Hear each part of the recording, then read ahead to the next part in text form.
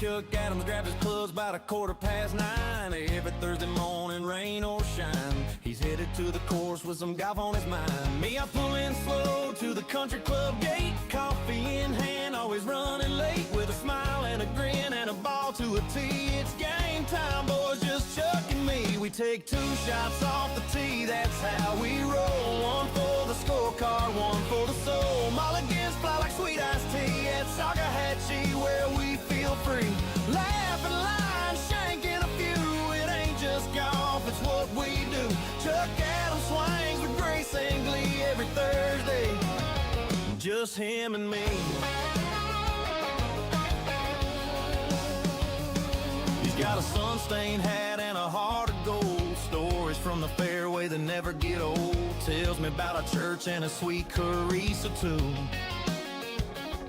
Then he duffs his wedge and we laugh like fools. Lunch at the turn with a burger and fries, talking about the Lord and college football ties. Yeah, we keep score, but we don't need proof. When you're playing with Chuck, the joy's the truth. We take 2 shots off the tee, that's how we roll. One for the scorecard, one for the soul. Mulligans fly like sweet iced tea at Salgahatchee, where we feel free. Laughing, lying, shanking a few. It ain't just golf, it's what we do.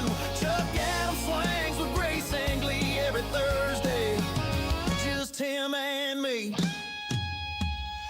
So here's to the greens and the stories we share, to the slice in the woods and not a single care. If you ever need joy or a brotherly hug, just come tee it up with old Chuck. We take 2 shots off the tee, that's how we roll. One for the scorecard, one for the soul. Mulligans fly like sweet iced tea at Salgahatchee, where we feel free. Yeah, that's our game and always will be. Chuck Adams and me, wild and free.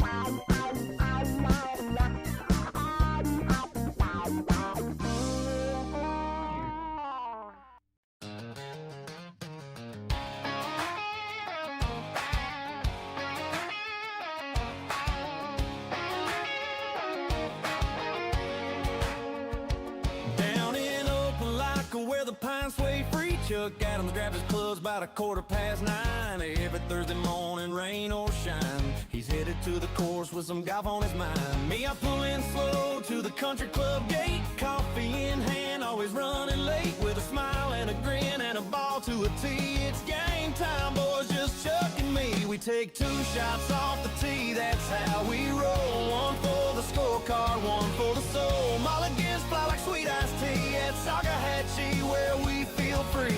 Laughing, line, shanking a few. It ain't just golf, it's what we do. Chuck Adams swings with grace and glee every Thursday, just him and me. He's got a sun-stained hat and a heart of gold. Stories from the fairway that never get old. Tells me about a church and a sweet Carissa too. Then he ducks his wedge and we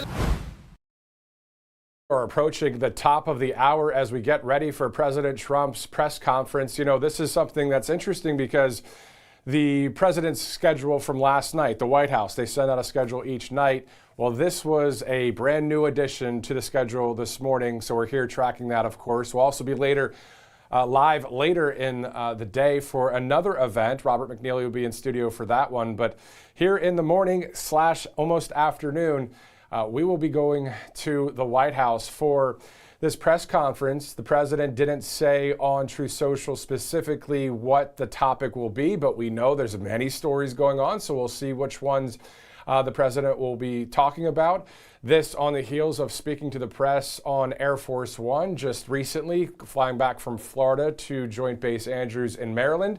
Also, we know that the president will be meeting with a number of the Trump Kennedy Center board members coming up. Now, that was in the schedule, originally closed to the press in the East Room of the White House. So what's happening now is this news conference, the president calling it, will happen right before the Trump Kennedy Center board members lunch and meeting that's going to happen there in the East Room of the White House. So as soon as we see that feed start, of course, we'll take you there.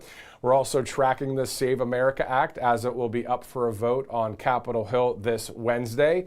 We'll also get some updates on Operation Epic Fury in the Middle East. The United States Central Command sending an update out there on X as well. So what we're going to do is basically we're going to hold down the fort here. We'll stay live with you. We'll throw to that White House event. After the White House press conference, we'll go to a number of our interviews and various stories that we're tracking here on the network, of course, including the Save America Act. Just got done recording an interview with the election security expert and author Seth Keshel, who has a brand new book out there doing great. Also sat down with Summer Lane out there in California on a on-location interview in the sense of on a Zoom call. So we were able to talk to her about the Save America Act. And on top of that, a few other items that we'll be discussing in that post-show. So we'll have that all here live for you. And then later today at 2 o'clock, the president will also have an event. The vice president will be with him in the Oval Office, as will the press and other staffers. We'll watch that live as well. When it comes to what the press is calling, or what the White House comms team is calling, a signing time. So we'll see what documents or what bills, or not really bills, but more executive orders, or what will be signed. That's the question. It is called a signing time, according to the White House. That happens a bit later. Our coverage for that starts at 2 o'clock Eastern. So 2 live broadcasts today. Of course, this one that you're seeing here, and then that one that starts at 2 o'clock. On top of that, if you'd like to follow us here on Right Side Broadcasting Network on Truth Social, it's at RSBN. If you'd like to follow us on X, it's at RSB Network. Meantime, of course, later this week, specifically on Wednesday, all eyes will be on the Save America Act on that Senate floor. So the Senate Majority Leader, John Thune, saying there will be a no-talking filibuster, which still might mean there will be a silent filibuster. At the end of the day, President Trump and Alabama Senator Tommy Tuberville calling for the filibuster to be nuked in this situation in order to save America, to have photo ID, and also to have proof of citizenship. This is all for federal elections and voting. And then on top of that, no mail-in ballots except for a few other items like military or medical, that kind of thing. So we're going to see what happens on Wednesday. Now, in that interview with Seth Keshel, he brought up a great point that if for some reason the filibuster's not nuked or the Save America Act doesn't pass, then we have to shift our attention, he says, to the states, for the states to step up and do the right thing within this framework. But we're not at that point yet. We still have to see if this is going to pass on Wednesday. Again, that's one of the major stories we're tracking, and we're going to obviously keep our eye on Operation Epic Fury in the Middle East and any other, stories that are happening out there in that 24/7 news cycle. Let's go to a few of our sponsors as we await the president there at the White House. Let's go to All Family Pharmacy. You see it right there. You need a pharmacy that actually supports your medical freedom, and one that works smarter, not harder. And you can forget about doctor visits, long pharmacy lines, or dealing with insurance approvals. That system specifically, is slow and frustrating and outdated, but one pharmacy is doing that in a better way, and it's All Family Pharmacy. You simply go online, you choose the medications you need, you fill out a quick medical form, and a licensed doctor reviews your request. And if appropriate, then they'll provide that prescription and your order will ship directly to your door. So you can stock up on a ton of essentials like antibiotics, antivirals, ivermectin, mebendazole, NAD+, and more than 300 other prescription medications that families rely on across our country every day. So if you believe in being prepared and having access to the medications you need, this is one of the smartest moves you can make within this industry. allfamilypharmacy.com/RSBN, 10% off RSBN 10, that promo code. Great to see our sponsor right there, All Family Pharmacy, as we're 3 minutes past the top of the hour, awaiting that press conference there at the White House. Let's go to Birch Gold Group. If you think about this, in 2006, $20,000 equaled roughly 33 ounces of gold at spot price. And at today's prices, those 33 ounces would be worth about $165,000.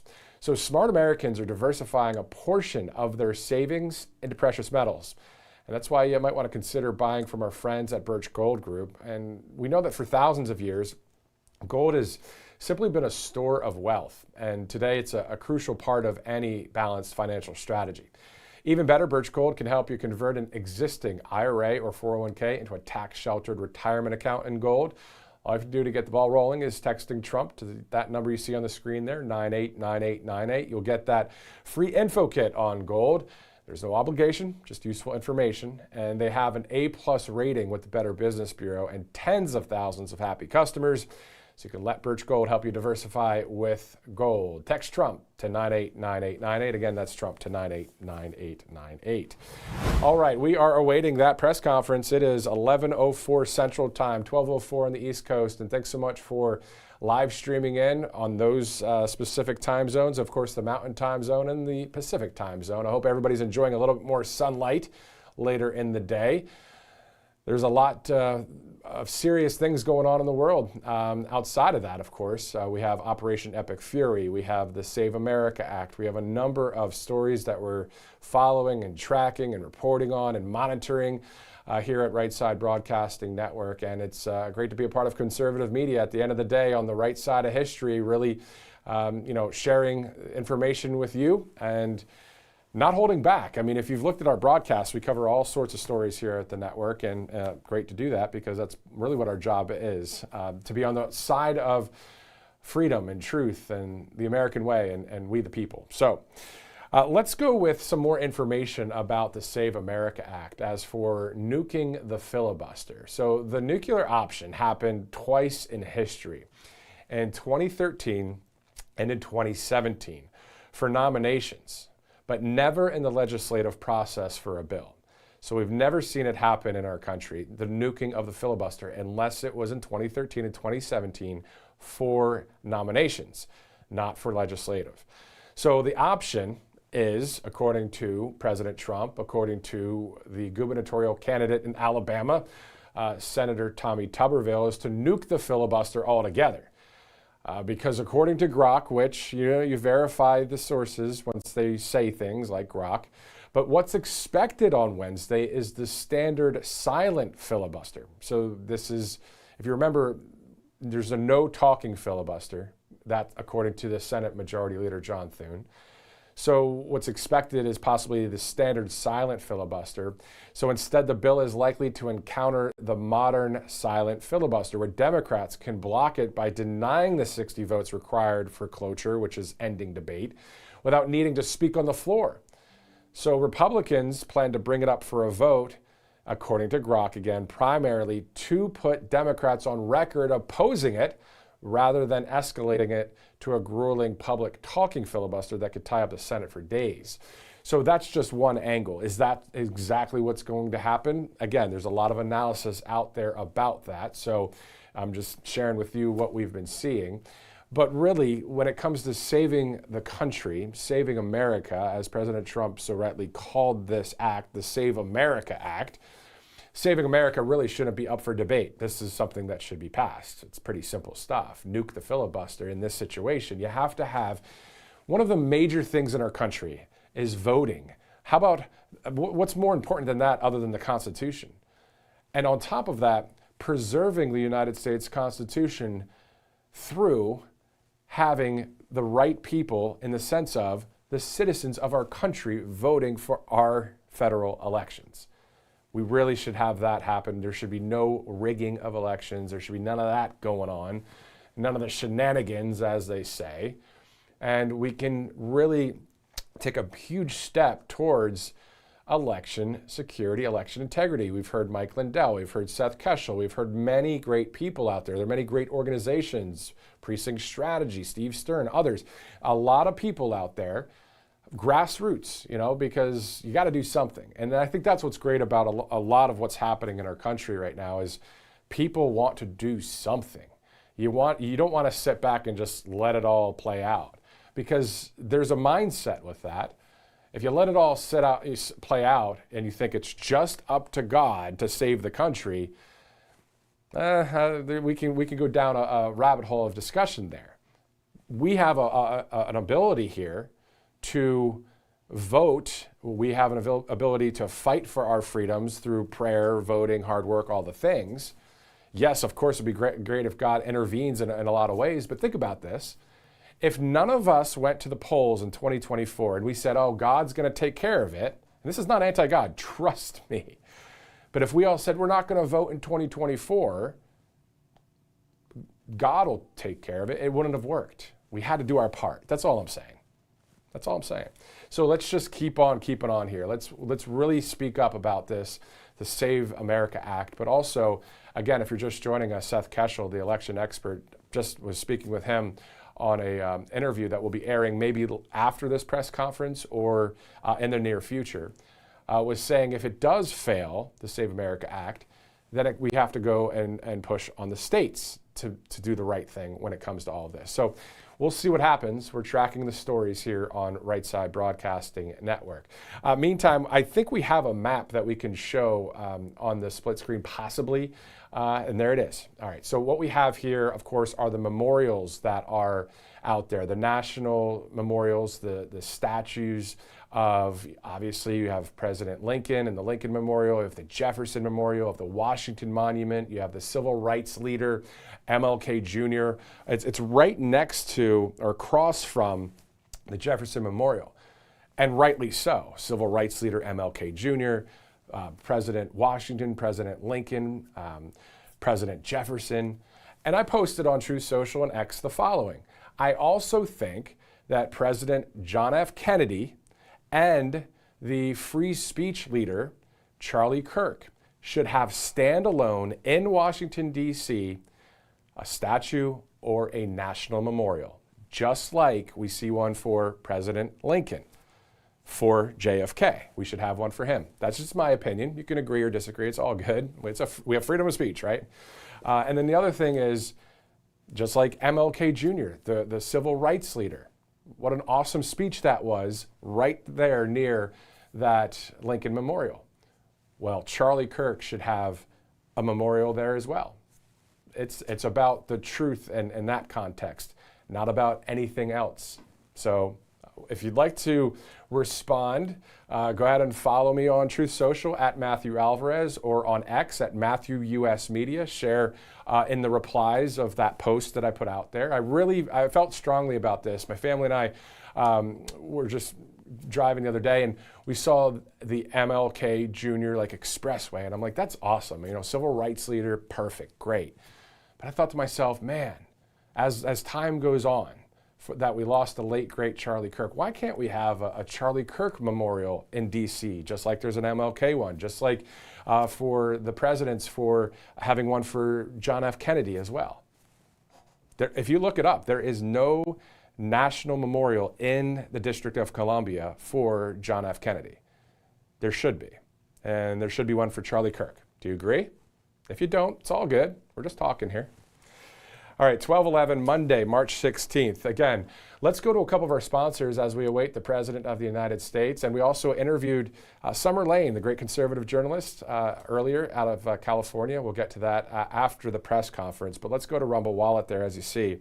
You may have seen the conversations happening online lately. Censorship, unfortunately, is back, and it's happening everywhere. Platforms are controlling narratives and pushing the stuff they want us to see. So we need to fight back in that information and financial area. Rumble is one of the only companies that actually has stood the test of time and deserves our support, because on one side, Rumble is challenging big tech censorship, but on the other side, they have introduced something that will give us protection from the big banks shutting us off. So as some of you know, banks can actually cancel our accounts or freeze our cards, but Rumble has launched Rumble Wallet, a wallet that no one can cancel, a wallet that supporters can use to instantly tip creators like us and others out there without the middleman taking any cuts. So there's a lot there with Rumble Wallet. So check it all out, Rumble Wallet, wallet.rumble.com, or you can search your app stores there for Rumble Wallet. So let's also go to kalshi.com, as you see there, /RSBN. There's a ton of great new topics out there that people are betting on, trading on, and just checking out various polls as well. I believe I have a few of those here. How about the Fed decision in March? There's a question there that's trending. Who will attend the Oscars? I'm sure some of you don't care about that one. Number 3, what will Trump say during his news conference? Okay, so this is what's happening right now, and this is an active thing going on. More than 1 million people on kalshi.com/RSBN. People are literally putting money on the line for this, whether you're for gambling, against gambling, it's none of that. It's just, this is what people are doing out there. And also you can check out your polling as well. A lot of people just do that too. They just say, what's Kalshi saying about this? Because a lot of people get involved with this company. Again, what will Trump say during his press conference?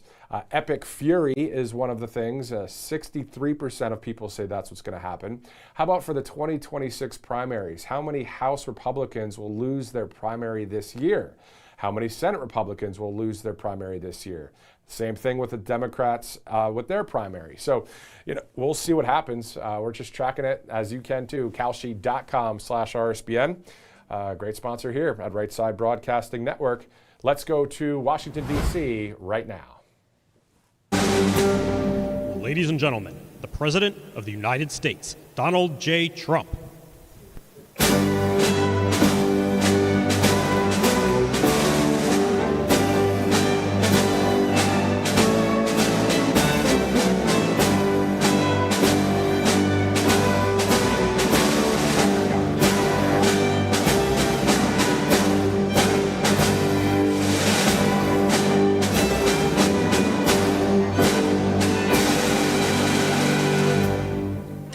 Thank you very much. Please, Susie.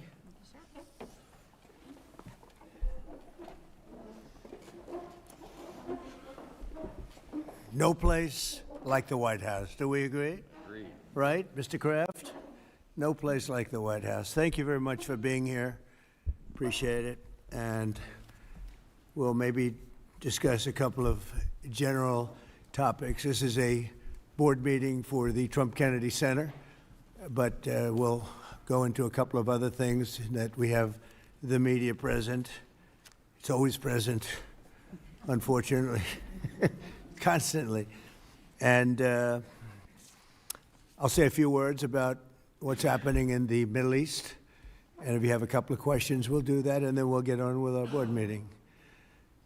So, thank you very much for being here. We have a wonderful group of very, very smart, talented patriots at this table. Our powerful military campaign to end the threats posed by the Iranian regime continued in full force over the past few days. They have been literally obliterated. The Air Force is gone. The Navy is gone.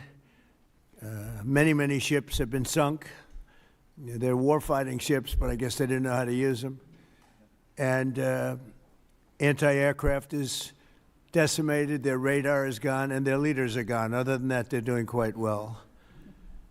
They've been a terror for 47 years, and now I guess the world, through the United States, with the help of Israel, is doing what should have been done many years ago. Should have been done many years ago. Since the beginning of the conflict, we've struck more than 7,000 targets across Iran, and these have been mostly commercial and military targets. We've achieved a 90% reduction in their ballistic missile launches and a 95% reduction in drone attacks. The missiles are trickling in now at very low levels because they don't have too many missiles left. We've also attacked the manufacturing plants, the places where they manufacture the missiles and the drones, and that's going on today. We just hit 3 of them today, and it's getting very hard for them to manufacture. More than 100 Iranian naval vessels have been sunk or destroyed over the last week and a half. That has to be some kind of a record. Additional strikes continue to launch from all directions every single hour. And as you know, we attacked Karg Island and knocked it literally, destroyed everything on the island except for the area where the oil is. I call it the pipes. We left the pipes. We didn't want to do that, but that we will do that. We can do that on 5 minutes' notice. It'll be over. But for purposes of someday rebuilding that country, I guess we did the right thing. But it may not stay that way. Just one simple word and the pipes will be gone too, but it'll take a long time to rebuild that. We are aggressively dismantling Iran's defense industrial base, and ability to rebuild its missiles and drone capability is getting down to close to zero. And we're hammering their capacity to threaten commercial shipping in the Strait of Hormuz, with more than 30 mine-laying ships destroyed. We hit, to the best of our knowledge, all of their mine-laying ships. Now they can put them on other types of ships, I guess, and drop them in. But we don't know that any have even been dropped in. We're not sure that any have been. That's a big negative for them if they do it. It's a form of suicide. But we don't know that they have dropped any in. But we've hit all 30 of their ships and destroyed them. They're all at the bottom of the sea. We strongly encourage other nations whose economies depend on the Strait far more than ours. You know, we get less than 1% of our oil from the Strait, and some countries get much more. Japan gets 95%. China gets 90%. Many of the Europeans get quite a bit. South Korea gets 35%. So we want them to come and help us with the Strait. We have it in very good shape. The countries, I said, we've already taken care of Iran, but now, because of the fact that literally a single terrorist can put something in the water or shoot something or shoot a missile, a small missile, and it's fairly close range because it is a tight area, and which is one of the reasons they've always used that as a weapon. Iran has always used that as an economic weapon, and it's not going to be able to be used very long. Numerous countries have told me they're on the way. Some are very enthusiastic about it, and some aren't. Some are countries that we've helped for many, many years. We've protected them from horrible outside sources, and they weren't that enthusiastic. and the level of enthusiasm, it matters to me. We have some countries where we have 45,000 soldiers, great soldiers, protecting them from harm's way. And we have done a great job. And when we want to know, do you have any minesweepers? Well, would rather not get involved, sir. I said, for 40 years we're protecting you, and you don't want to get involved in something that is very minor. Very few shots going to be taken because they don't have many shots left. But they said, we'd rather not get involved.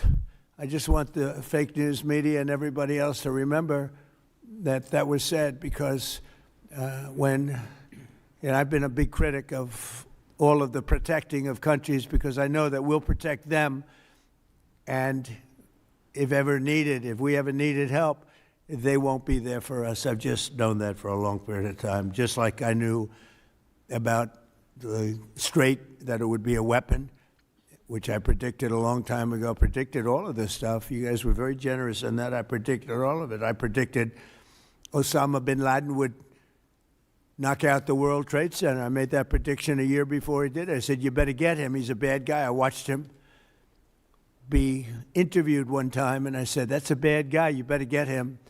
1 year before, exactly. I wrote it in a book. You can even check. About a year before the World Trade Center then came down, President Clinton actually had a shot at him, and he didn't take it. Unfortunately, I'm not blaming him for that, but he didn't take it. And he ended up knocking down the World Trade Center, but I predicted that too. I predicted a lot of things. We strongly encourage other nations whose economies depend on the Strait for blood. I mean, these people literally need it. 95% of their energy or their oil comes out of the Strait, and they should be in here very happily helping us. And it's incredible. We have such great, we're number one in oil by double now. We drill, baby, drill. We're double any other nation, and it's going to be soon triple any other nation. And that doesn't include Venezuela, who's been great. By the way, the relationship with Venezuela has been fantastic. Millions, literally millions of barrels of oil are being taken out, and it's been a great help, and it's been to their great benefit. The president has done a really good job. We get along with him really well, but we've taken out millions of barrels of oil and brought to Houston and other places to the refineries. We have refineries set up specifically for that. And it's been a great relationship, and more and more is happening. It's a tremendous oil source, and we're stepping it up very rapidly. The big companies are going in, and they will actually, numbers in a pretty short period of time, numbers that they've never been able to do, we'll be doing. There's a lot of oil under that land. We strongly encourage the other nations to get involved with us, and get involved quickly and with great enthusiasm. I have that from a number of them, and I'd like to say their names, but frankly, I don't know if they would want me to or not, because maybe they don't want to be targeted. But I say, wouldn't matter if you're targeted or not, because this is a paper tiger that we're dealing with now. It wasn't a paper tiger 2 weeks ago. It's a paper tiger now. So now we're going to get down to the reason. We'll take a couple of questions in a moment, but we're going to get down to the reason we're here today. Actually, this was set up a long time ago. It's the Trump Kennedy Center. Over the past year, we've made incredible strides to restore the true purpose and prestige of this revered institution. Together, we're going to ensure it remains the finest performing arts facility of its kind anywhere in the world. And I don't know that it ever really reached that stage, but it will over a period of time. We're rebuilding it. It's in very, very bad condition. It's been it's been somewhat of a disaster, to be honest with you. It's been let go to hell. That's what they've done. They did a poor job. They spent money in the wrong places. They built some theaters underneath that nobody uses, little ones, tiny theaters that cost $300 million. And the money was spent incorrectly, wrong. We're dealing with some networks on the possibility of renting those little theaters. Nobody's going to use them. They want the big halls. The halls are going to be incredible. They're in bad shape, but when they're completed, the bones are potentially something that could be unbelievable. So I want to, before we begin, I want to thank Rick Grinnell. He's been a friend of mine for a long time. He's been unbelievable. He was the ambassador, as you know, to Germany. There was no happier woman in the world than Angela Merkel. Angela. She called me, "Thank you, sir, thank you."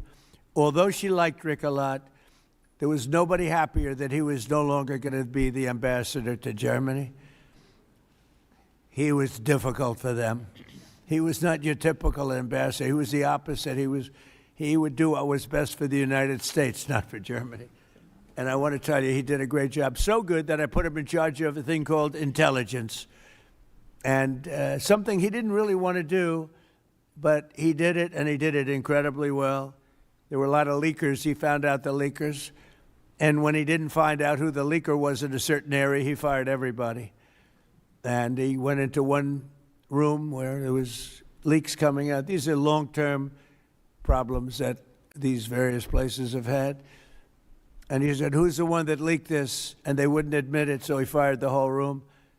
And he did a good job. I'll tell you, he was very good. And during this transition period, I asked Rick if he would run it, because we wanted to see. And if you remember when we first took it over, I didn't do it with enthusiasm. I did it because somebody had to do it. I had to turn it around because it was failing. It would have closed, and physically it would have almost fallen down. It was in very bad shape. The steel columns outside, as an example, were meant to be covered. You know, exposed steel is unusual to have in building. What I do best in life is build. I build buildings really well and under budget and ahead of schedule. That's what I do, unlike the Fed building, which is going to cost billions of dollars. It may never open. I mean, right now, we have a wonderful Kevin, a wonderful new head of the Fed coming in. I don't know if he'll ever be able to occupy this complex. It was destroyed by Jerome Too Late Powell. I call him too late because he's always too late with interest. Should cut interest rates. He should cut them right now. They should have a special meeting. What's a better time to cut interest rates than now? A third grade student would know that. But that's a terrible thing. But what I do is build. I build great stuff. And what we're going to do is, right outside. In fact, if you look behind me, see the nice gold curtains? If you want to look into a nice foundation and you want to see a lot of work, very deep, very, very deep for specific reasons, we have a magnificent ballroom being built, because this is the biggest room, and it holds like 98 people for dinner. But behind me, you're going to have a ballroom that this building and the people occupying it, in particular, every president for 150 years, has clamored for a ballroom, a large, beautiful room.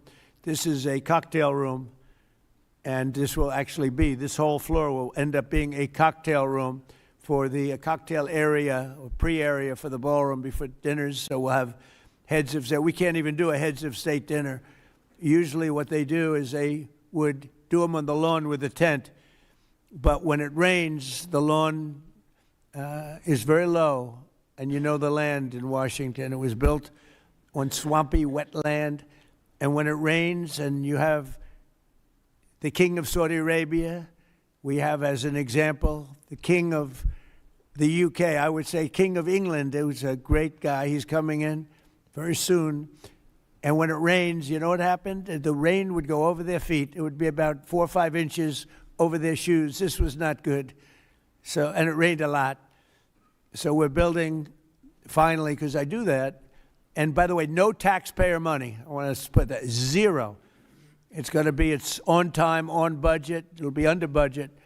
We're having it under budget, other than we've upgraded it in terms of the marbles we're using. We're using onyx and stones that are incredible. but it'll be something really spectacular. I'm looking at Mr. Steve Wynn, who's over there. He built a spectacular building, and he knows Trump builds a spectacular building. I build better buildings than him. I don't care what he said. But Steve is over here, and he really, with his incredible wife, Andrea, and thank you both for being here. Andrea's on the board, and Steve is so in love with his wife, he asked whether or not he could come.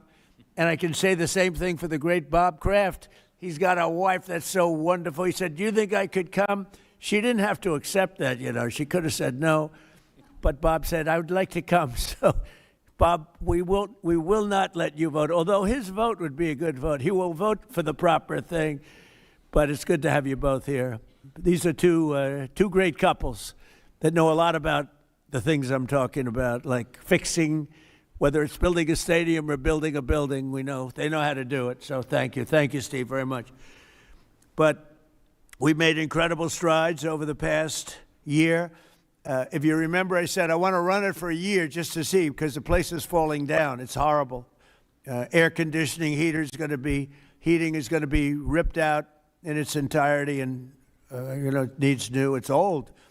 It's how many years is it, Rick? What's the total? 50, almost, yeah, over 50. And we have 50-year-old air conditioning, more than that actually, and it's in bad shape. Everything's in bad shape. It's got to be redone.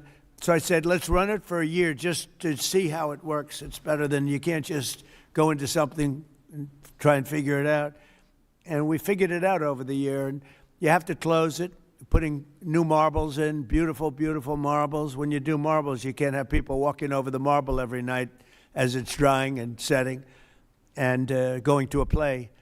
So we thought the best way, what I know best in the world is construction. The best way to do it is close it, do it properly, and reopen it, have a grand reopening. And when it's finished, it's going to be far better than it was when it was originally built. When it was originally built, it was good. It has one thing that's very good. It has great sound. I think there's a lot of luck in sound. You have some of the big opera houses. I don't want to get involved with saying which one, but in New York, as an example, where the acoustics were never good, and they've ripped it apart 4 times and rebuilt it, and it was never good. The good thing about the Kennedy Center, the acoustics are good, and they'll only be enhanced based on what we're doing. A lot of it has to do with the stones and the stones you use, the marbles you use, etc. Over the past year, we've made incredible strides to restore the true purpose and prestige that this building will soon gain, I think, at a higher level than it had before. Together, we're going to ensure it remains the finest and will become the finest performing arts facility anywhere in the world. It's got the location, and it will have the building. It's got good bones. It's got good structure. Again, they wanted to originally cover the exposed steel. It was painted a cheap gold, and we turned it into a very expensively painted white, very heavy coat of very powerful white paint meant for steel, exposed steel. A very different kind of paint, but it's almost like putting a stone over the top of it.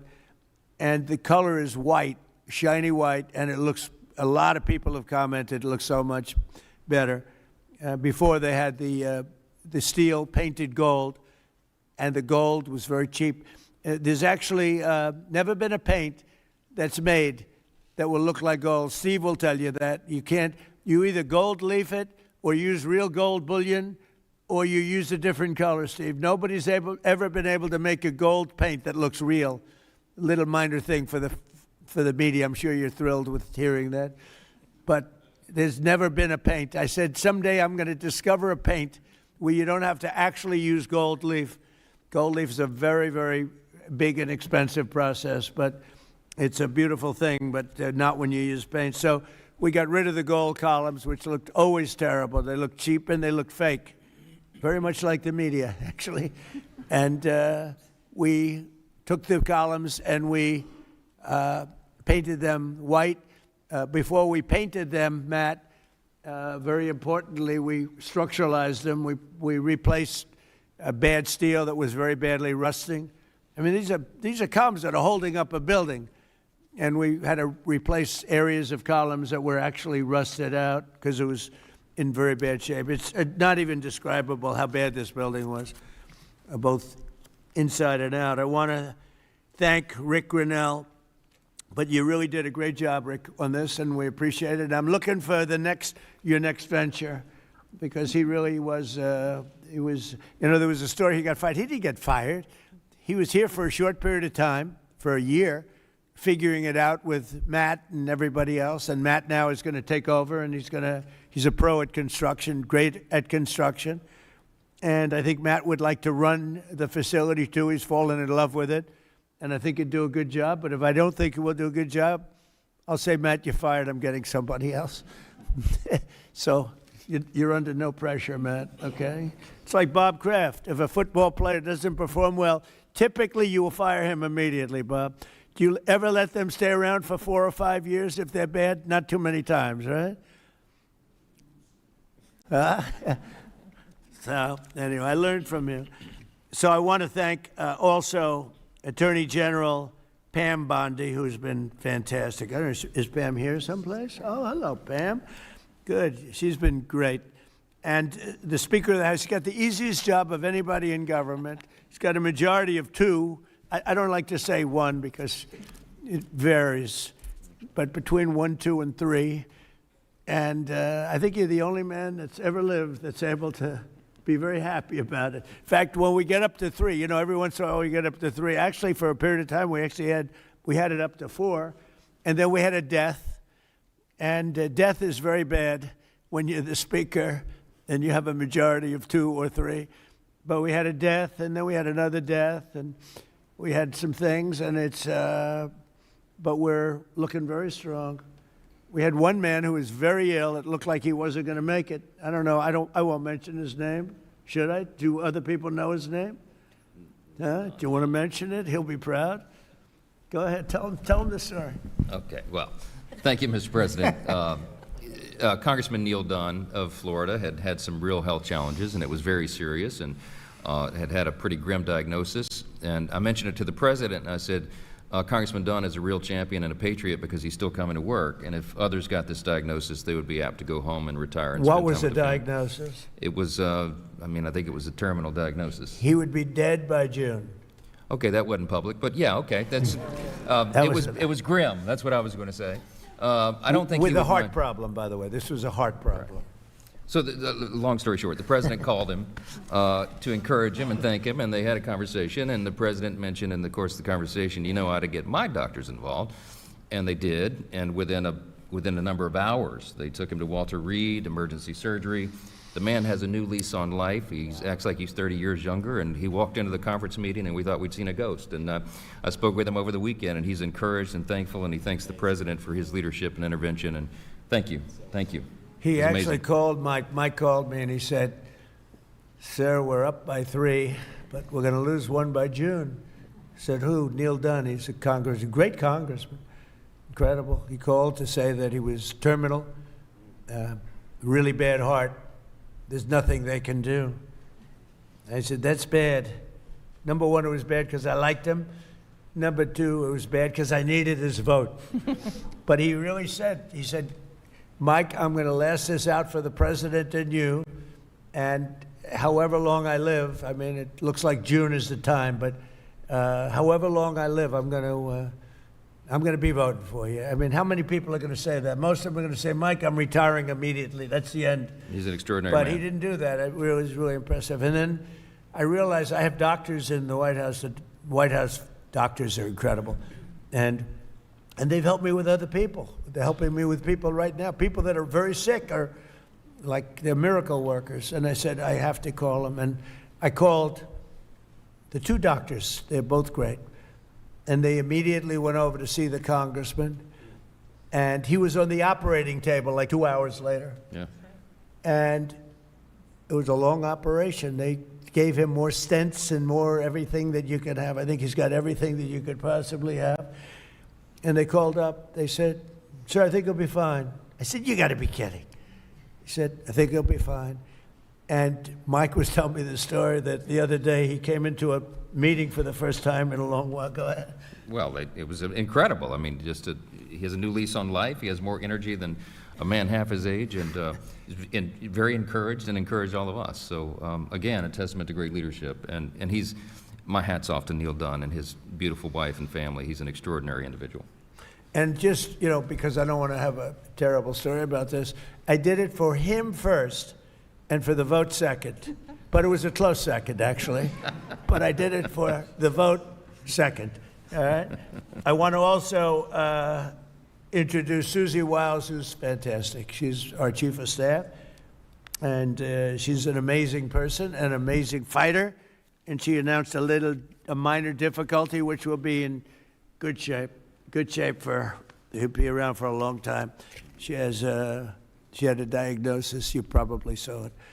And she's going to take care of it immediately, as opposed to waiting. She said, let's do it now. I said, do it immediately. Because with that particular ailment, the faster the better. That's the only thing I know about it. The faster the better. She's going to do it immediately. So she just started, actually. And she's going to be in great shape. The prognosis there is excellent, beyond excellent. So, Thank you, sir. but who needs it, right? That's right. Who needs it? So before we took over, just a year ago, the legendary, this wonderful place was literally on the verge of collapse, both from a financial standpoint, maybe more from a financial standpoint, but also from a physical standpoint. Necessary maintenance has been ignored. The programming was very woke and out of touch with reality. And we had an orchestra that lost like $18 million a year, and they subsidized it every year. So what kind of an orchestra loses 18? And I'm being nice when I say 18, it was much more. And I started looking at the programming. They had tremendous union difficulties, like 19 different unions, and driving everybody crazy. And I think the unions are going to be great. I've always gotten along with unions. As you know, I got great union support. But you had 19 unions. Every time somebody wanted to put on a play, they had to deal with 19 different groups of people. And they say it was like Broadway, but worse. And you don't get worse than Broadway when it comes to the unions. I've watched that for many years. The programming was terrible. And they had a budget deficit of about $26 million minimum. Owed a lot of money, were out borrowing money, which is a lot of people don't understand. So under the leadership of this exceptionally talented and rich board, it's a very rich board, not everybody, but most of you are loaded. Ike Perlmutter's got so much money. Look at Ike Perlmutter. He ended up being the largest owner of Disney. Started with, was it $100 or less? It was a little less, Ike, right? He didn't speak English, and he became the largest owner of Disney. Right? But then they went woke and he sold the stock. He didn't like Mickey Mouse being woke, right, Ike? But he's one of the most brilliant business people. Thank you, Ike. It's great. And Lori, thank you very much for being here. So I think it's Lori that's on the board, though, right, Lori? What's with these husbands? All the husbands are traveling. I think it's the White House. I got all the husbands with the wives. That's never happened. Boy, oh boy, what great relationships. My wife is going to have to speak to me. This is pretty good. The biggest guys in the country travel with their wives to come to a meeting. But it has something to do with the White House, right, Ike? Right? You don't want to see me. You want to see the White House because it's a special building. But thank you. And congratulations on an amazing career. Most people don't know Ike Perlmutter. Isidore Perlmutter. And started with nothing and built a vast fortune just by deal after deal. Did you ever have a bad deal, Ike? Which was that? Don't tell. See how honest he is? Most people would say no. He says one. And it couldn't have been very bad. Great to have you. So under the leadership of this board, which is, as you see, incredible, we're achieving a very dramatic and quick turnaround. We got rid of all of the DEI. Some of the news media loves DEI, but we got rid of it. Maybe you're right. Brought back patriotic and family-friendly programming, and last year we raised over $130 million to keep this place going. Otherwise, it would have been it would have been closed. The building, let's call it the Kennedy Center from that time, was losing so much money it could not have stayed alive if we didn't come in as a group of people, and a lot of wealthy people that made a lot of contributions. So with the Trump Kennedy Center honors alone, we raised this year a record $23 million, which was double what they had ever done before, $23 million. There's still much to do. The previous management left us a facility in very bad condition. Abysmal is the word, and everything from busting pipes and leaks to serious electrical and structural problems. And some of it we fixed, but most of it we're saving for during the construction period because we'll do a much better job of it that way. Major renovations are required to keep the facility functional, and that'll start right after July 4th. We're going to have a little bit of a celebration, not a big deal, but a little bit of a celebration on July 4th. We'll have a little party, and then after that we close or we start construction. We're fully financed. As I announced in February, after a one-year review based on input from highly respected experts and subject to board approval today, we determined, it's a little late for the board because we've already announced it, but these are minor details, but I think everybody agrees. But subject to board approval, we determined that the fastest way to bring the Trump Kennedy Center to the highest level of success, beauty, and grandeur is to cease the entertainment operations for a 2-year period of time as we complete high-quality, really high-quality construction. We've already purchased seating, as an example. We've already purchased a lot of the marbles and some of the things that are hard to get. Getting quality marble is very hard. It takes a long time. It comes from areas where it takes a long time to mine, and we're getting some of the best things you can. The marble is going to be incredible. The seats that we have, the seating is the highest level. Everything is the highest level. So this temporary closure will enable us to complete the work much faster and much higher quality. As an example, it's hard to show Shakespeare when you don't have any seats. As the seats are being changed, it's not exactly a great experience for people. So the right way to do it is just close it and fix it and open it. We'll begin right after, as I said, July 4th celebration. And thanks to the great, big, beautiful bill, we are fully funded, ready to go. And we have tremendous amounts of money coming in from some people around the table, but also from people that are not here, but that have made very generous contributions toward the Trump Kennedy Center. People that have never given to it before and would never have given it except I asked them to give. So, Rick, I thank you very much for the job that you've done, and I'm delighted that you really are. You did a great job. It was a little rough with a couple of the people, but that's okay. They've survived. Some of the artists, they took a pounding from Rick. It's almost like this guy right over here, Anthony. He knows what it is to pound people. Right, Ike? Anthony knows. Anthony's another great. You're not on the board either, Anthony. You're here with your wife? Oh, what's going on here? The most successful people, they're all here with their wives. I'm looking around. Oh, wow, that's impressive. Anthony's another one. He started off with one truck. He had one truck 45 years ago. He ended up with 4,000 trucks, and he sold his company for billions of dollars. And you're here, Anthony? He's a member of one of my clubs, and all he has is cash. He said, I have a big problem, sir. What? I don't know how to invest my cash. Most people have a problem. They don't have any cash, right? Anyway, thank you, Anthony. You're the greatest.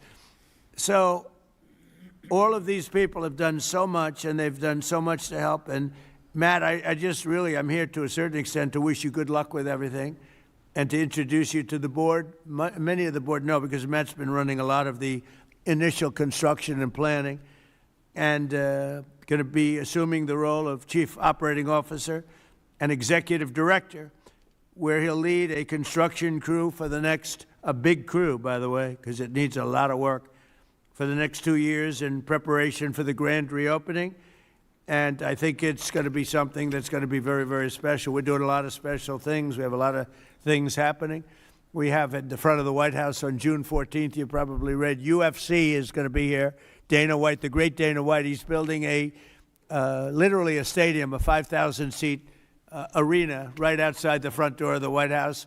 And they're going to have about 100,000 people in the park right across the street, where he's building, I believe, 8 massive screens for people to watch all free, for people to watch. It's June 14th, happens to be my birthday, and that was only by happenstance. It was not planned that way, but it's a Sunday night, which they never did. Sunday night's super prime time. It's going to be broadcast on CBS, which is the Ellison family, 2 great people. Great people. It's a great family. And it's going to be a tremendous event. And we have Roger Penske is going to have IndyCar here. We're going to have a race around the Capitol. That's going to be in August. So we have that. And we have a tremendous number of things. We have the Olympics, we have the World Cup, and we have the 250. And as you know, I was responsible for getting the Olympics. Actually, Bob Kraft helped me. And he helped me with the World Cup, too. You were very good. Who could be better, right? But he helped with the Olympics and the World Cup. But we have the Olympics coming. I was responsible for that, right, Bob?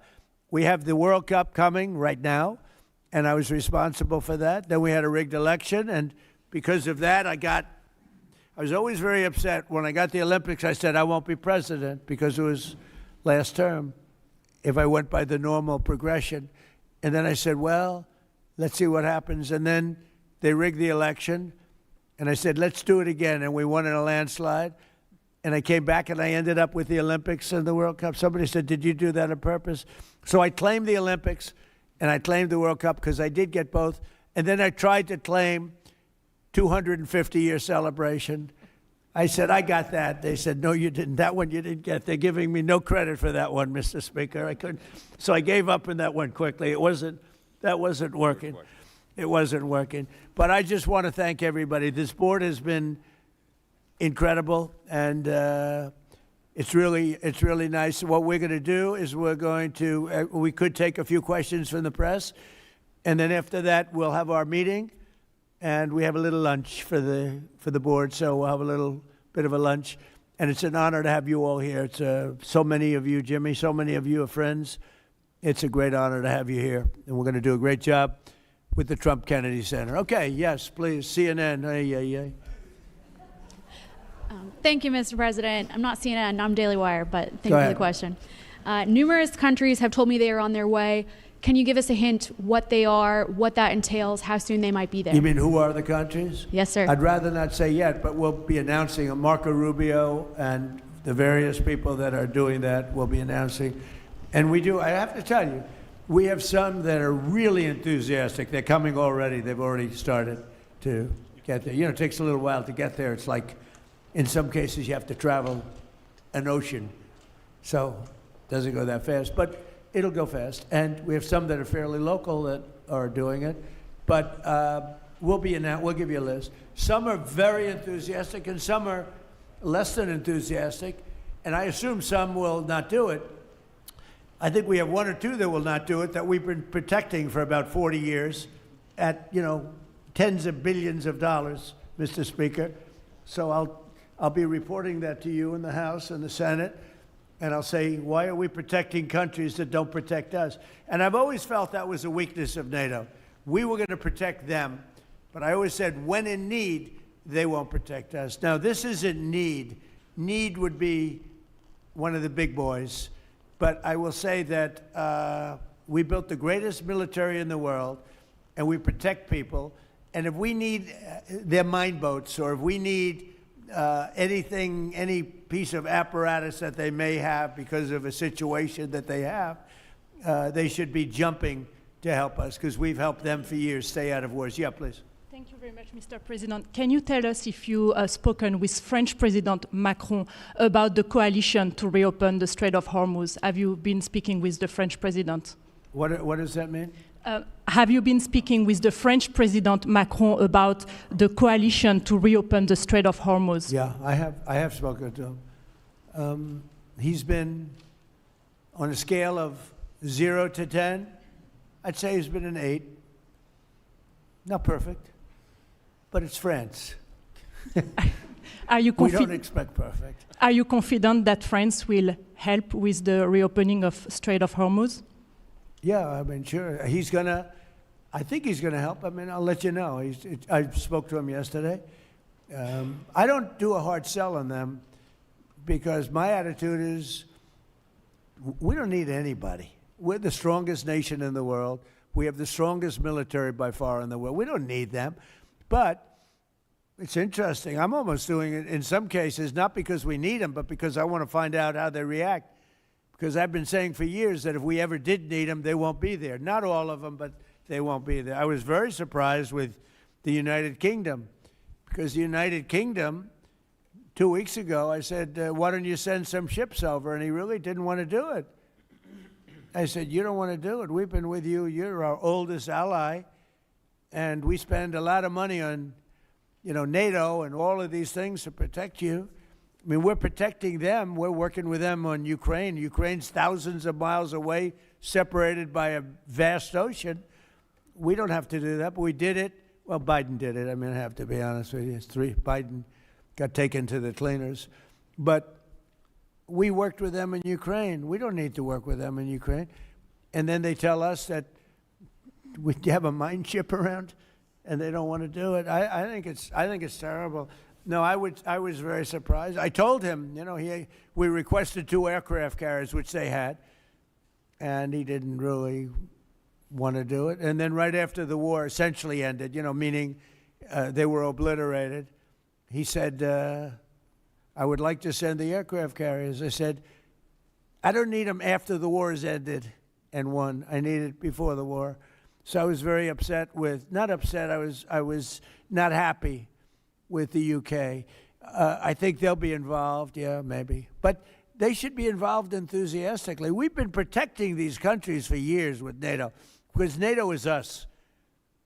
You can ask Putin. Putin fears us. He has no fear of Europe whatsoever. He fears the United States of America and the military that was built by me in the first term. Yeah. President, you mentioned the significant amount of oil that China derives from the Middle East. What is the status of your conversation with President Xi in terms of getting China to cooperate, in terms of making the Strait of Hormuz safe for those oil tankers? Yeah, so China is a great example. They get 91% of their oil from the Hormuz Straits, which we protected for years. And it always bothered me that we have these countries. Japan gets 95% of its from the Straits, the Hormuz Straits. And it always bothered me that we're protecting and we don't need them. We didn't need them before we started dig we must. Dig me must, that's the Trump policy of lots of oil.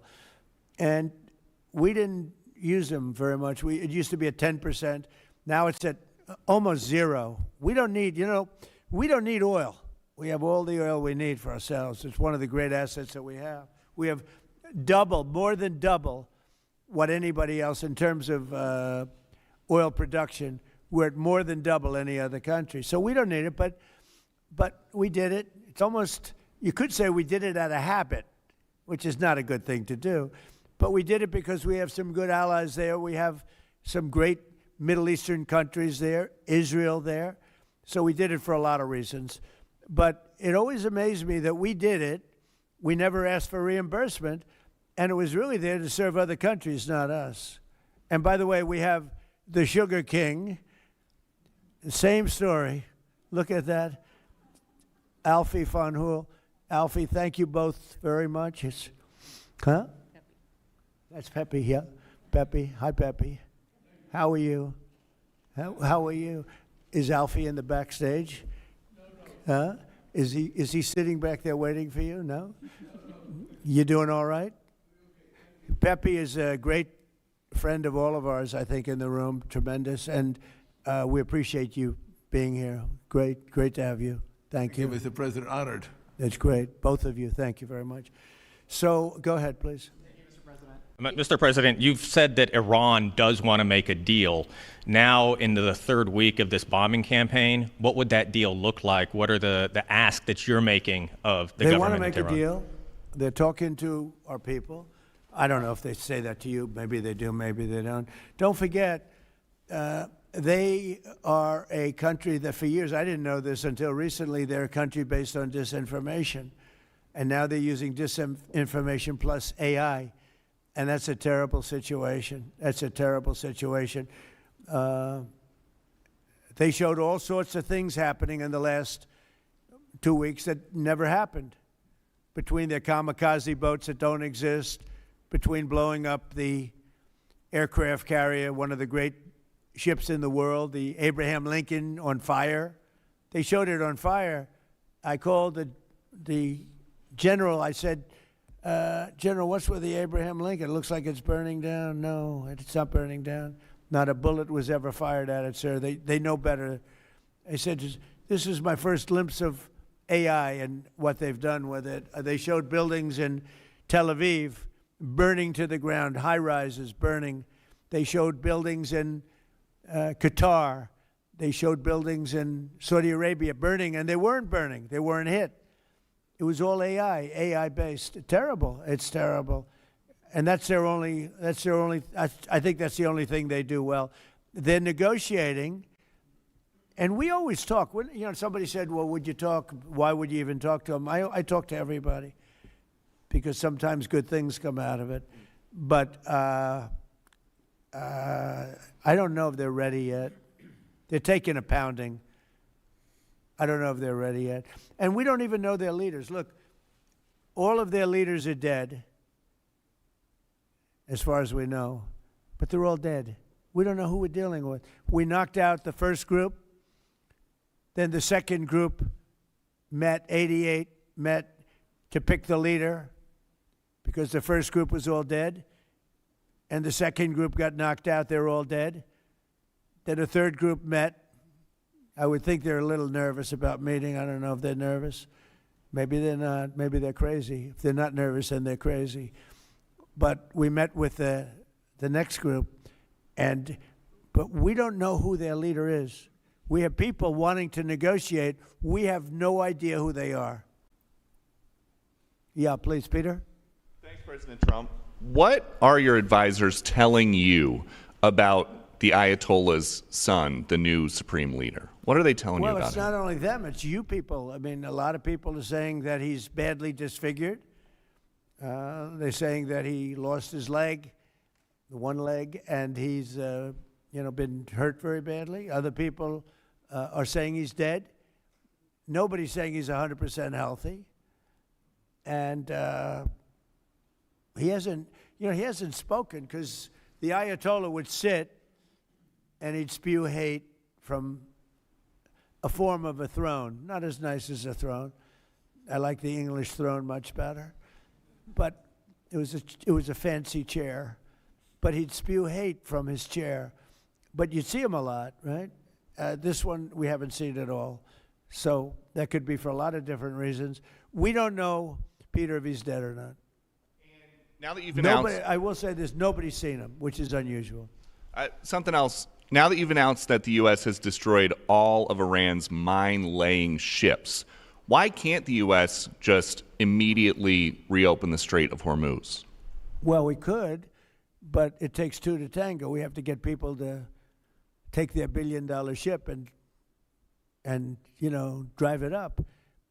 If when Pepe has his big sugar ships coming around and they cost $1 billion, and we say, I think it's okay now, Pepe, take your ship, drive it through the Strait of Hormuz. He may say, let me wait a little while, because it takes ship owners, and these ships are very expensive. They could cost up to $2 billion. So they don't want to take a chance that, gee, I think you'll be okay. They got to know it. So they don't have to set, we don't know if they even set any mines. But the thought that they may have is enough to keep people from saying, we don't need it. Now, we are pounding that area, that coast, as you know, left side. We're pounding it, like really pounding it hard. And again, they may have no mine set. We hit every one of their mine droppers. They call it the mine layers, right? The ships. They're pretty sophisticated ships. Every one of them is gone. but it only takes one. So it's a little unfair. You know, you win a war, but they have no right to be doing what they're doing. But we're hitting them very hard, and today is a big day. We're pounding a certain area that has very much to do with the Strait, and I think we'll get it going very soon. In addition, we do have other nations coming in. You need people to watch and people to see. We have other nations coming in. Yes, please. If the United States is working to secure the Strait of Hormuz for the benefit of other countries like China, and our allies aren't yet stepping up to your standard, is the United States getting back to being the world's policeman? Look, the United States should not be very much involved. They can on a certain basis. They've been doing it for a long time. But I've always said, if you look back years ago, I said, why aren't we being reimbursed? You know, these are the richest countries in the world. Why aren't we being reimbursed for maintaining the Hormuz Strait? And why aren't we being reimbursed for that? I've said that for years. You can go back. They reported on it yesterday. I've been saying a lot of things about the Straits. Number one, I said it's the one advantage they have, but that's a suicidal advantage because they kill themselves more than they kill the rest of the world. And there are things you can do with time. There are other things you can do. But I think we're going to have the situation straighten out pretty quickly, and I think we're going to have some good help, and I think we're going to be disappointed in some nations too. And I'll let you know who those nations are. One of your advisors, David Sachs, said the other week that the U.S. should, quote, declare victory and get out of the Iran war. Yeah, he also warned that if the conflict escalates, Israel may contemplate the use of a nuclear weapon. Has he shared that assessment with you? No, yes. And Israel wouldn't do that. Israel would never do that. And yeah, there's a theory. You pounded them to hell, and you could just leave now, and it'll take 10 years for them to build back not nearly what they have right now. And I guess that's another theory. But we want to have it ended so that another president doesn't have. Look, for 47 years, no president was willing to do what I'm doing, and they should have done it a long time ago. It would have been a lot easier. There's no president that wanted to do it. And yet every president knew. I've spoken to a certain president, who I like, actually, a past president, former president. He said, I wish I did it. I wish I did. But they didn't do it. I'm doing it. Yeah. Which president? I can't tell you that. I don't want to embarrass him. It would be very bad for his career, even though he's got no career left. Go ahead, please. You mentioned. How about the man right Thank you, sir. Mr. President, you mentioned that you're not entirely sure who you're dealing with, who the leadership is in Iran. Do you see a viable opposition movement still in that country following all of the protests that we had seen before the airstrikes and kind of an opposition movement that could become a viable leader in Iran? Well, the biggest problem, and we have brave people in this room, but the biggest problem that I see is that they put out a warning, and we have the warning. We get everything they get. And it said any protester that goes onto the street will be immediately shot and killed.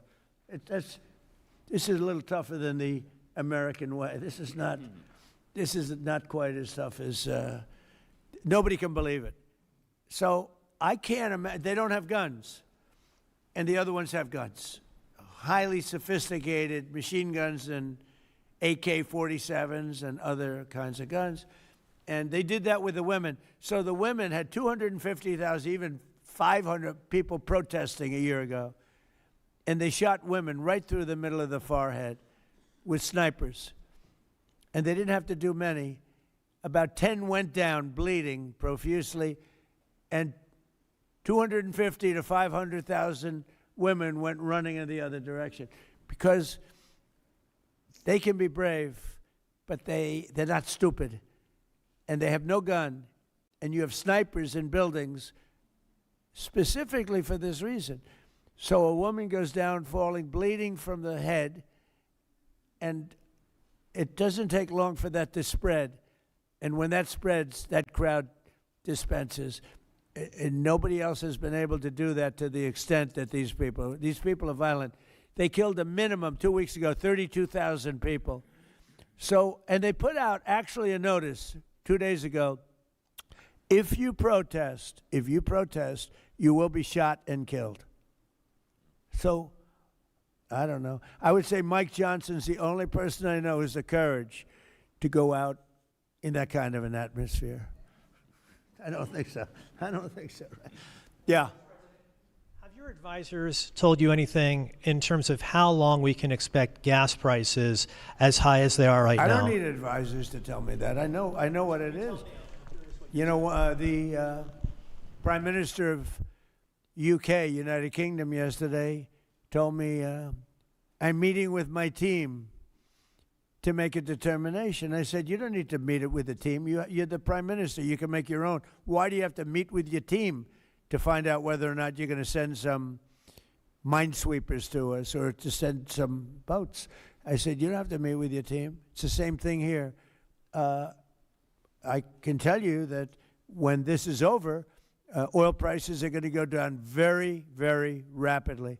So is inflation, so is everything else. But frankly, much more important than short-term, even long-term oil prices, you can't let the most violent, vicious country in the last 50 years have a nuclear weapon, because the Middle East will be gone. Israel will go first, without question, and they'll certainly take a shot at us before we get our act together and say we got to take them out. You can't let Iran, who's truly a nation of great terror and power. Look what happened in the last 2 weeks. They weren't supposed to go after all these other countries in the Middle East. Those missiles were set to go after them. So they hit Qatar, Saudi Arabia, UAE, Bahrain, Kuwait. Nobody expected that. We were shocked. And the other one, you know, they fought back. They could have yielded. But think of it, if we weren't around, they had tremendous power. They had thousands of missiles, most of which we've terminated. They had thousands of drones. They were making drones and missiles all over the place. We've knocked out most of those factories. I mean, now they're sending out 2 or 3 missiles. Now, you know, they've still got some. They might have 8% left. But mostly they've been eliminated. They've been terminated by what we did and what Israel did too. Yeah, please. Israel is expected to expand its ground offensive in southern Lebanon to go after Hezbollah. Have you discussed that with Israeli leaders? Yeah. And does the United States support a potential Israeli invasion of Lebanon? Yeah, no, I did. And I know look, Hezbollah is a problem. It's been a problem for a long time, not just now. And it's a certain area, because I was with the other night a person whose parents live in Lebanon. This is a very substantial person, wealthy person, whose parents live in Lebanon. I said, really? How do you live in Lebanon? Your parents are living? Oh, yeah, they live there. And over the years, they've gotten used to the fact that it's being bombed. But they explained to me that it's really a different section of Lebanon. It's a section where Hezbollah is. And they get used to it, I guess. I don't know. I mean, people live in Ukraine. You would think they wouldn't live in Ukraine, but they live in Ukraine. I don't know that I'd do that, but they live in Ukraine. They live in Lebanon. Hezbollah is a big problem, and they're rapidly being eliminated. Thank you very much, everybody. I appreciate it.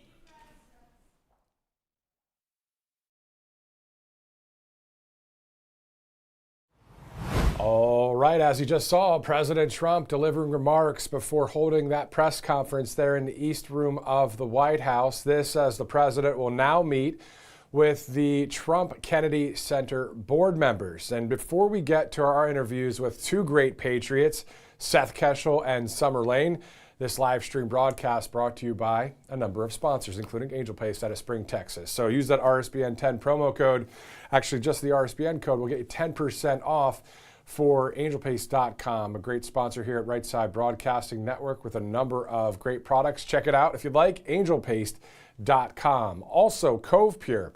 You know, Cove Pure is interesting because at the turn of a new year, most people tend to go overboard buying new supplements, maybe trying a new diet or workout, but unfortunately completely ignore the most important basic thing, water. Well, even mild dehydration impacts every focus and metabolism. And when you think about all of the garbage that's actually in that tap water, you're starting behind the curve before you even begin. So they have that Clearwave technology certified to remove up to 99.9% of contaminants, pretty much anything that isn't water, the PFAs, microplastics, pharmaceutical residue, fluoride, it all gets removed. It's the purest water you can get. It actually makes water taste good, which it's meant to be that way, of course, pure, clean, with no aftertaste. So instead of that big overhaul, make one small upgrade that adds up every single day with clean water. Right now you can get $250 off for a limited time. Just go to covepure.com/RSBN. Again, that's covepure.com/RSBN. All right, it is 1:16 Eastern Time. It's Monday, March 16th. That press conference added to the president's schedule, or at least the White House schedule, about 2 or 3 hours ago. So we obviously are here live for that. We'll have some live coverage later today at 2:30 as well. We'll get to more about that in just a minute. You may have heard the president refer to a medical situation with Susie Wiles, and we can go to President Trump's Truth Social post for details there.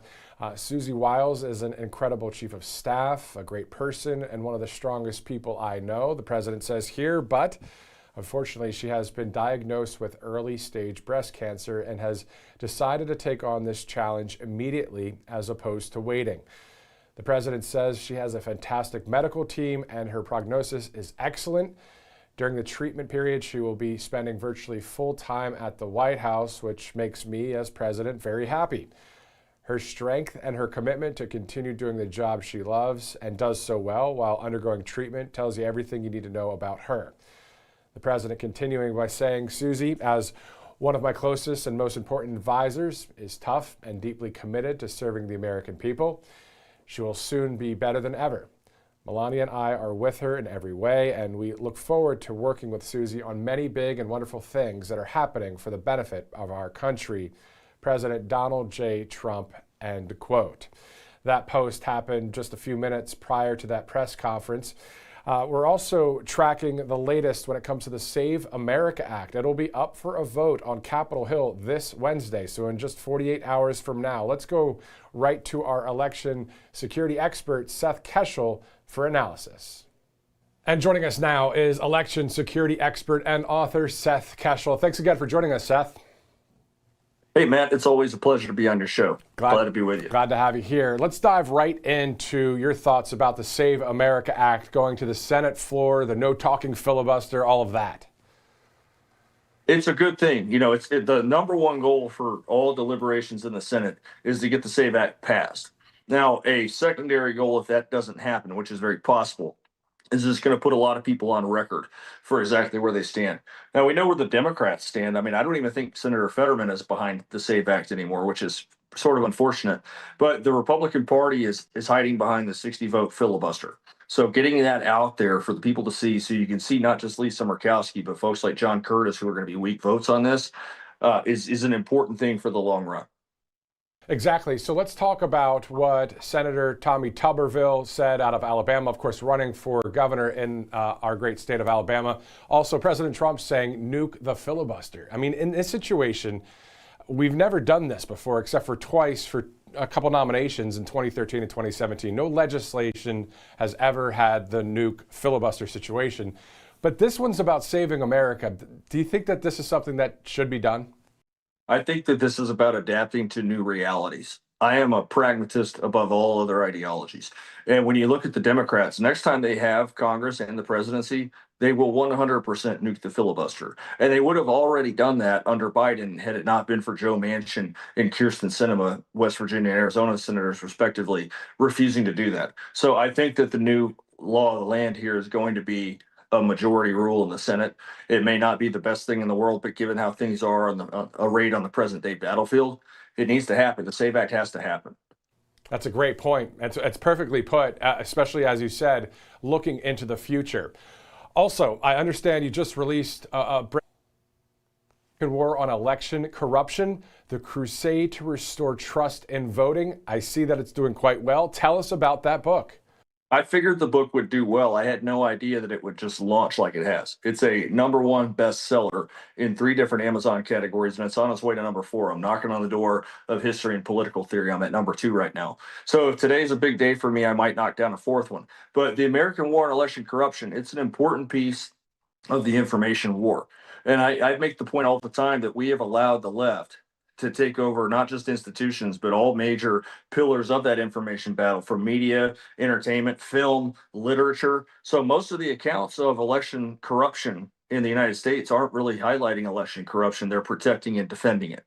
We have very few works. Now, Molly Hemingway's Rigged is one work, but mine is a really investigative expose through my own journey about what's going on with American elections. It's made to connect with the average reader, to see my authenticity and my background for analyzing elections and proposing a pathway forward. So I think that the response has been overwhelmingly positive.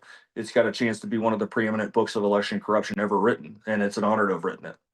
And it's awesome. It's awesome to see it having that traction out there, and also the Amazon bestseller list and all that. And it's great to have you back here on the show. To remind people how you got started in this whole thing called election integrity, election security. Yeah, so it was a hobby for me. My background before getting interested in politics had been something building up to what I do today. I was a big but not so athletic kid growing up who loved the game of baseball. And I understood the backs of those baseball cards, the trends and the stat lines, and I was just a whiz when it came to numbers. So that led me on to Ole Miss baseball, which is a perennial powerhouse now in college baseball. But 20 years ago, it was just starting to build up. And I helped the coaching staff there develop new ways of evaluating our players and the opposition. So really a full decade ahead of advanced analytics in college baseball. Went off into the military intelligence, understanding the battlefield from a 30,000-foot view, needing to take complicated data and information and condense it into intelligence for informing the command for best courses of action, not only for keeping our soldiers alive, but for unaliving the enemy. And once I got involved in politics, it was just local, Republican Party stuff, pushing certain pillars. And I called the 2016 election accurately against all the mainstream polling showing double-digit blowout wins. I developed a model through voter registration by party that helped punch through the fraudulent polling. And in the 2020 election, of course, all those models blew up. That's one of the biggest tells. In fact, it's in the book about voter registration by party getting blown in places like Pennsylvania that suggests that the outcome that happened wasn't really the one that was going to happen.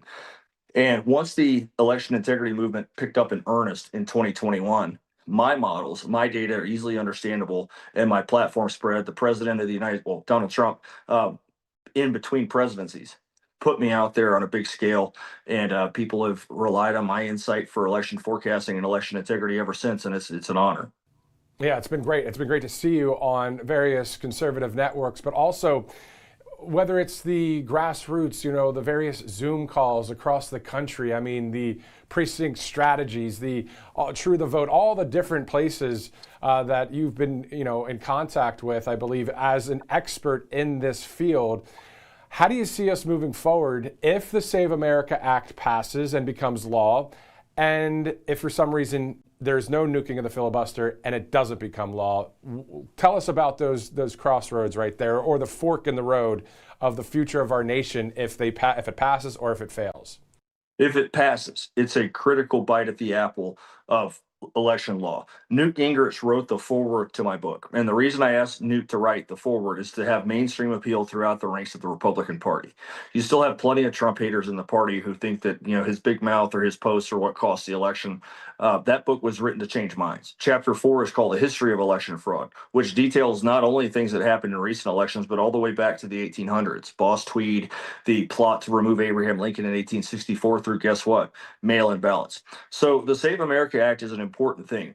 And it is not so much about illegals voting. I don't believe illegals vote. I believe they're voted for, because when they get added to the voter rolls, mail-in ballots are assigned and then harvested up over that extensive early vote period.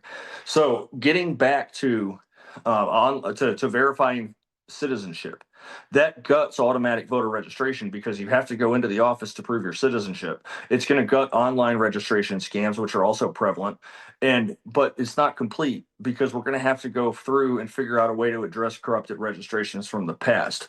I've proposed a number of drastic measures. You and I have to put a tax return in every year. We have to register our vehicle every year. Why is it such an inconvenience once in a lifetime to dump the voter rolls at an opportune time and have everyone come over with an ID and re-register to vote?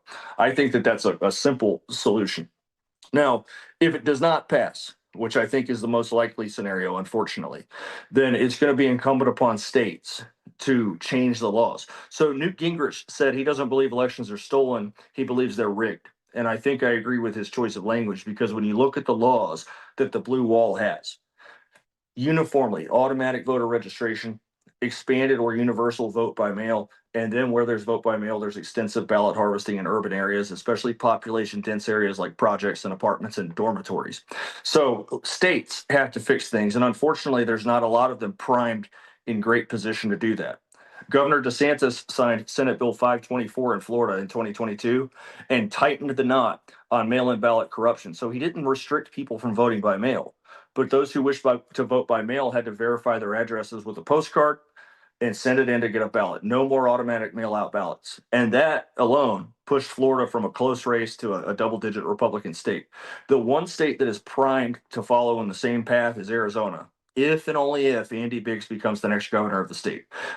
There's a good reason to think that could happen, with the voter registration advantage almost double what it was in 2022 when Hobbs ran her own election and snuck in past Kerry Lake by 17,000 ballots. And retaining the legislature, they have a Florida-style count bill ready to roll. It's awesome to hear all of the analysis when it comes to election integrity, election security, and to your point, the states, if it doesn't pass the Save America Act, it's up to the states to take care of business from there, do the right thing, of course, that we can, really have a push for that to happen as well. Seth Keshel, the election security expert and author, thank you so much for joining us. And get his new book titled The American War on Election Corruption, The Crusade to Restore Trust in Voting. Seth, thank you again for joining us. Yep, thank you, Matt.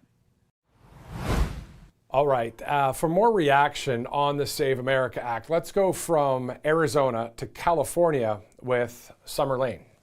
And joining us now is conservative journalist Summer Lane. Thanks so much for joining us, Summer. Thank you so much for having me. It's a pleasure to be back. Definitely great to have you back here on Right Side Broadcasting Network. And let's just dive right into the big story of the week, of course, on Capitol Hill. The Save America Act being debated this week, according to the Senate Majority Leader John Thune. Your thoughts overall, just that 33,000-foot view on the Save America Act and what it really entails? Yeah, it seems like very common sense, right? Save America Act. What does that actually mean? All it means is that we're asking for voters to be citizens of this country. They need to prove their citizenship to register. They need to show their voter ID or photo identification to cast that ballot at the ballot box. And we are looking to universally essentially ban mail-in ballots, which have become a bit of a bane of our existence in this country. We don't know where they're coming from. We don't know where they're going. So it's just a good idea to kind of lock down on that. And then recently, the White House has added a couple of other items to this act, which is banning transgender or gender affirming treatment for minors and banning men from women's sports. Now, I don't know if we're going to get those two items with this. It seems like they're kind of trying to roll it all together to get as much done as they possibly can. They might get it. They might not. I hope they do. But I think the most important aspect, of course, is getting voter ID. Because if we can get voter ID, we can lock down on our elections, make sure our elected officials are supposed to be there, and that non-citizens are absolutely not casting ballots in this election. Exactly. So proving citizenship, photo ID.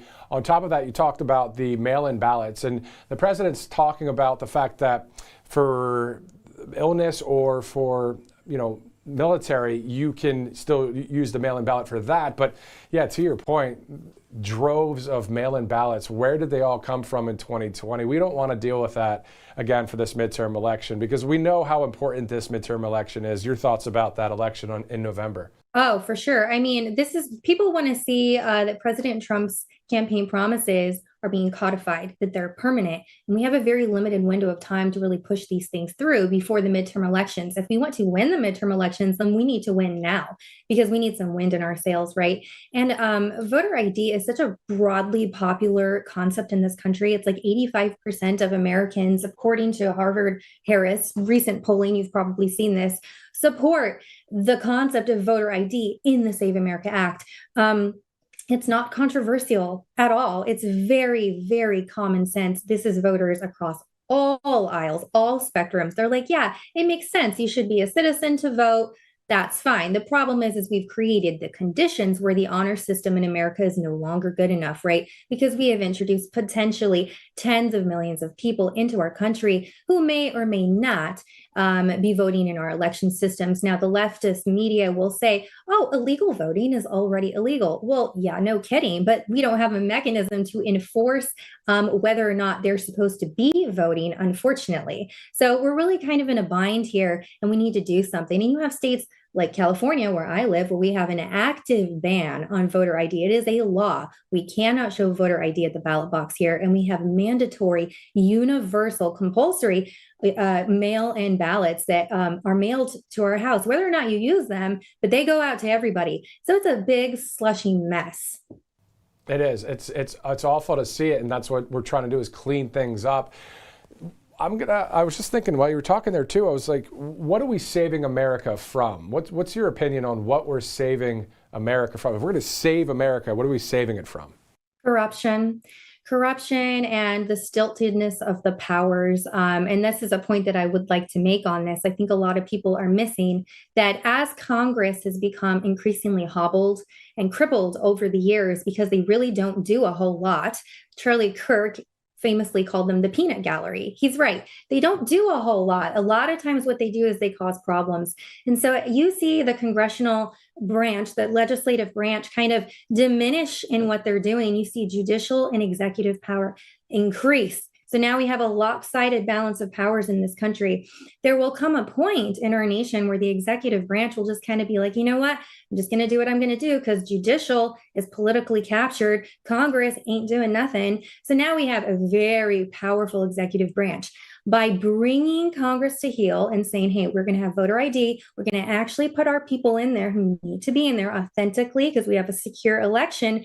We now have lawmakers who actually work for their constituents, who now are grinding those motors back to life in Congress, and our branches of power are coming back into balance. So this is literally saving our republic that has been on the brink of devastation for a very, very long time. We've been just hovering there, right? This literally will save the republic because our power, our peaceful revolutionary mechanism rests in the ballot box. If we don't have that, we do not have a country. So this is absolutely key to saving our country.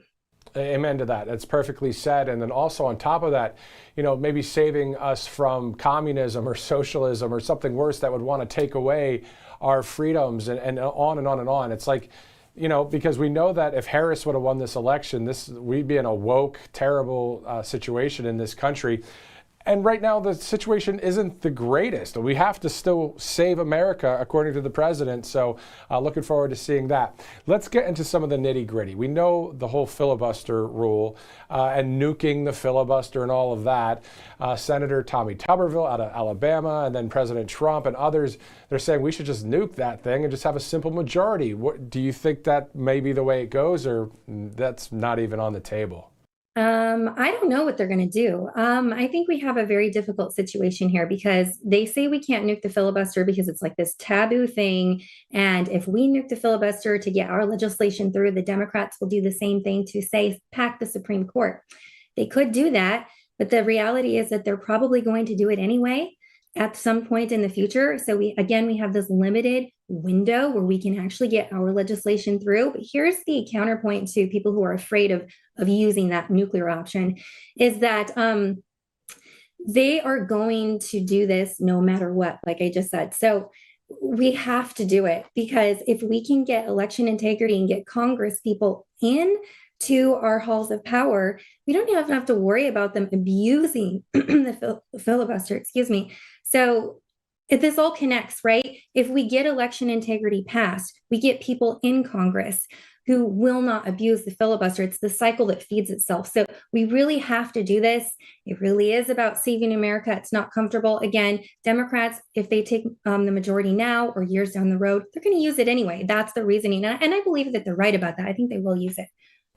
That's a great way to look at it, too. And then also when I'm thinking about the Save America Act, it's just something that is a common sense thing that it seems like the majority of the country wants to see be done in the United States. And there in 2013 and 2017, there were nominations where the filibuster was nuked. That is the only time it's happened for nominations. Nothing with the legislative process with bills. But this is something that, as we know, times have changed. We know that our country would be on the brink of going way left and more like other countries out there that are against our constitutional rights. And I think that's part of that saving America. And I like how you looked at it, though, when it comes to the specific congressmen and congresswomen, having people that are authentically there because we, the people, voted for them. I mean, that's a good way to look at it. Right. I hope so. My hope is that if they do get this through, then yes, the caliber of people that you have in the Senate, in the House, they go up, right? So that way, when you get these sorts of situations, like it's ridiculous. We just ping pong legislation back and forth. They block us, we block them, we go back and forth. Nothing really gets done. This is silly. What if we actually committed to serving our constituency instead of serving our lobbyists, big pharma, corporations, foreign countries, perhaps in some cases? This has to end. This is insane. And so Save America Act, it's kind of like, it's kind of a scary thing to think about pushing it through by nuking the filibuster, but also it's one of those things that may need to be done because what other choice do we have? It's just going to sit in the Senate forever. And that is not an acceptable option either. Exactly. Where can people follow you and follow your work, Summer? Oh, thank you. You can follow me on X at Summer Ellen Lane, Lane, and you can see my work on rsbnetwork.com. Awesome. Conservative journalist Summer Lane joining us here on Right Side Broadcasting Network. Thank you again, Summer. Thank you. All right, so doing a lot of different interviews here out of California, out of Arizona, and also on top of that, we're tracking a number of stories in this rapidly changing 24/7 news cycle. We've seen a lot over the weekend as well.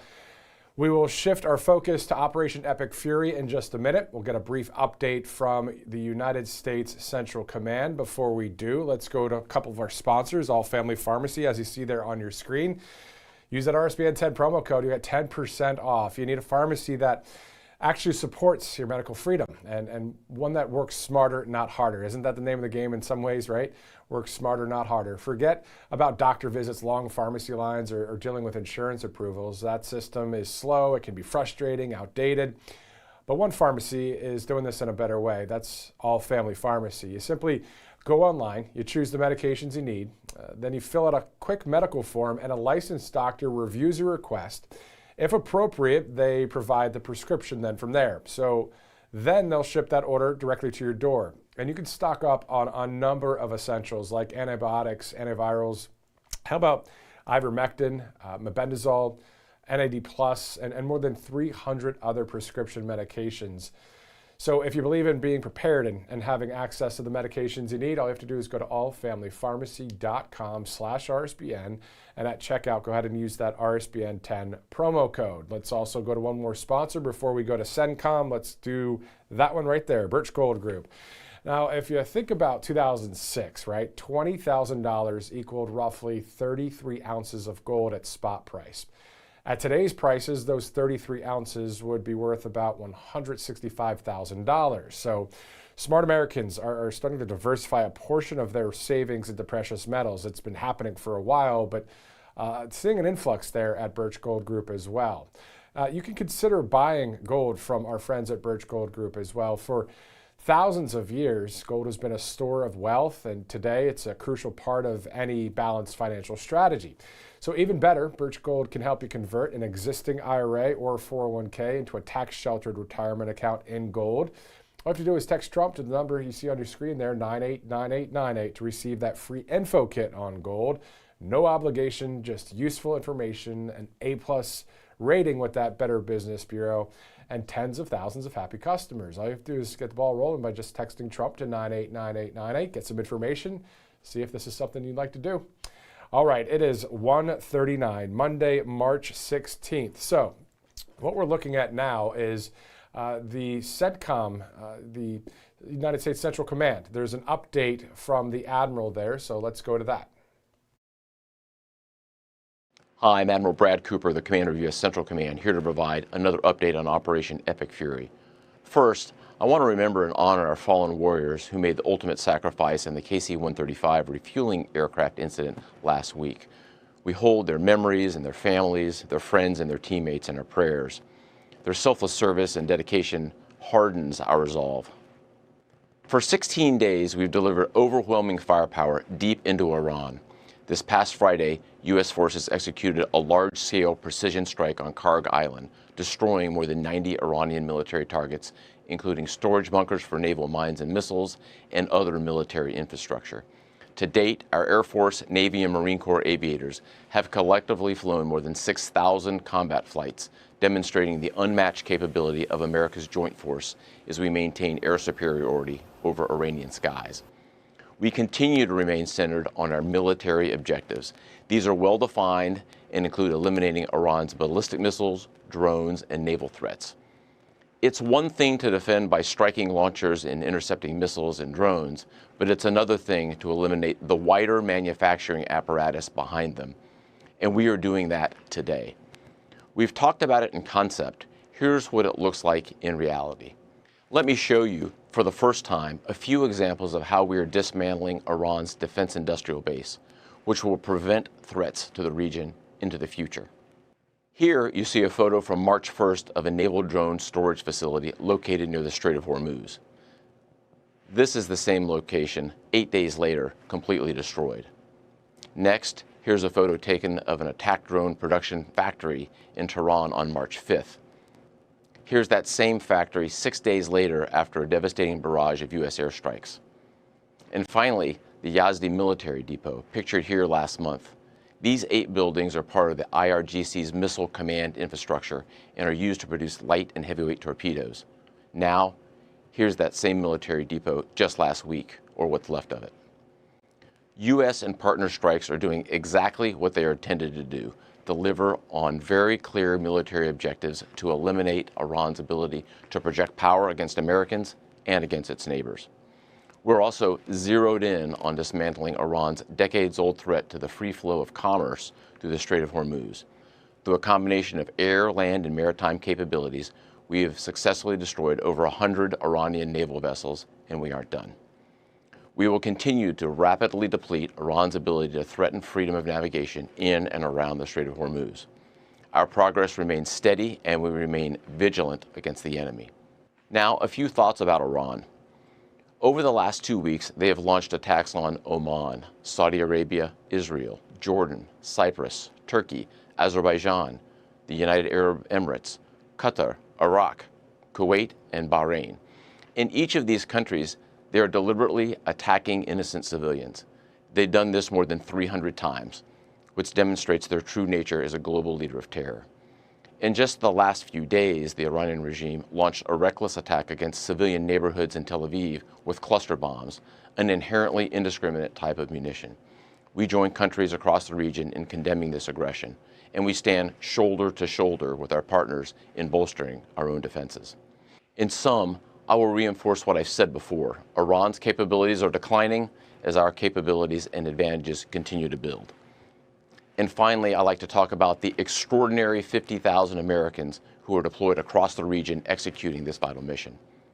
It's long been my belief that every success we have begins and ends with our people. And today I'd like to recognize our unsung heroes, the sustainers enabling America's joint force to unleash this devastating firepower 24/7. To be clear, there's no other military on earth that does logistics like the U.S. military, and our team is at the top of their game today. They're managing distribution networks that span thousands of miles to ensure that munitions, fuel, and supplies reach warfighters on the front line on time, every time. To all our sustainers and logisticians, thank you and keep up the great work. And to the entire Operation Epic Fury team, keep pushing, remain steady, fight to win. Thanks so much and Godspeed. All right, so finally, you can join us daily as we cover the president and White House live, various live events, various political events, of course, along with the news that's happening within this rapidly changing 24/7 news cycle. A lot going on, as you guys have seen out there.